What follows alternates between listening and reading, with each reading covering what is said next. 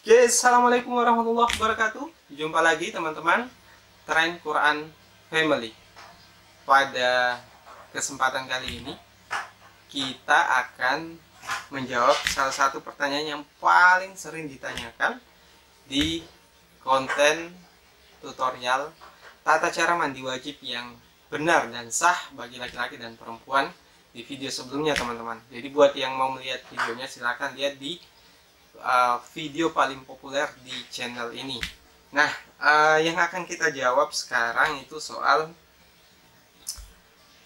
bolehkah mandi wajib tanpa wudhu atau bolehkah mandi wajib hanya dengan membaca niat. Nah, ini pertanyaan yang sering ditanyakan. Nah, seperti apa jawabannya? Ikuti terus videonya.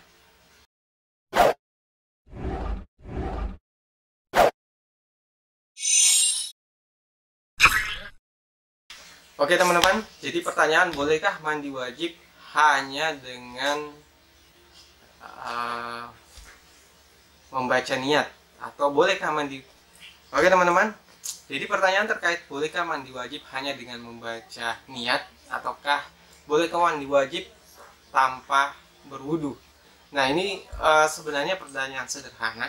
Jadi untuk menjawab ini teman-teman harus paham apa saja syarat wajib atau rukun dari berwudu. Nah, saya sudah sering menyampaikan bahwa dalam mazhab Syafi'i rukun wudu itu hanya ada dua, yaitu niat dan membasahi seluruh tubuh atau meratakan air ke seluruh tubuh. Nah, dengan pandangan mazhab Syafi'i ini, jika teman-teman memilih bermazhab pada mazhab Syafi'i, maka pada saat teman-teman mandi wajib tanpa tanpa berwudu, maka itu artinya mandi wajib atau mandi junub teman-teman itu sudah sah. Jadi pertanyaannya apakah sudah sah atau tidak kalau kita mandi junub atau mandi wajib tanpa wudu. Nah, berdasarkan mazhab Syafi'i ini, maka itu artinya mandi wajib yang teman-teman lakukan itu sudah sah hanya dengan membaca niat dan membasahi air ke seluruh tubuh.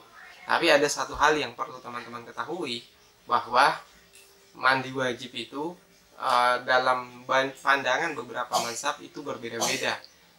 Dalam mazhab Hanafi sendiri ada perbedaan dengan mazhab Syafi'i, di mana berkumur-kumur dan istinsyak itu menjadi rukun. Jadi teman-teman, kalau misalnya bolehkah mandi wajib tanpa berwudu? Sebenarnya boleh, tapi kalau teman-teman mau lebih sempurna, itu sebaiknya berwudu, karena dalam mazhab Hanafi berkumur-kumur dan istinsyak itu adalah rukun. Nah, istinsyak di sini adalah memasukkan air ke dalam hidung, baru kemudian melepaskan air itu bisa lewat hidung, bisa lewat mulut. Jadi istinsyak ini adalah salah satu sunnah yang sering sekali dibahas, terutama dalam kitab Bulughul Maram. Itu ada beberapa hadis yang membahas soal istinsyak. Nah, ini secara ilmu kesehatan ini manfaatnya besar sekali teman-teman. Jadi salah satunya bisa sebagai obat anti pikun. Kalau teman-teman misalnya mengisap airnya kemudian sampai ke dalam baru kemudian mengeluarkan, itu bisa jadi obat teman-teman.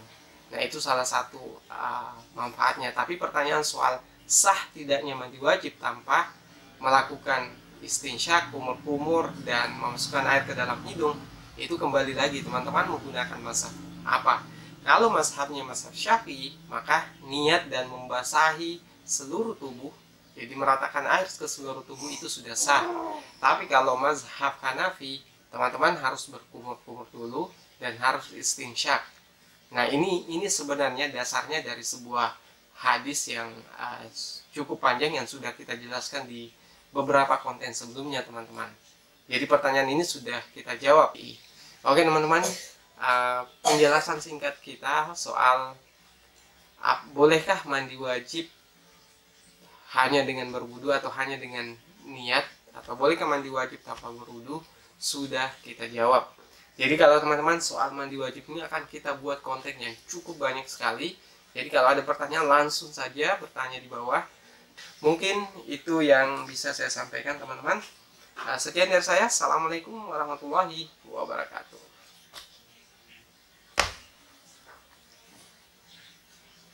Cuy.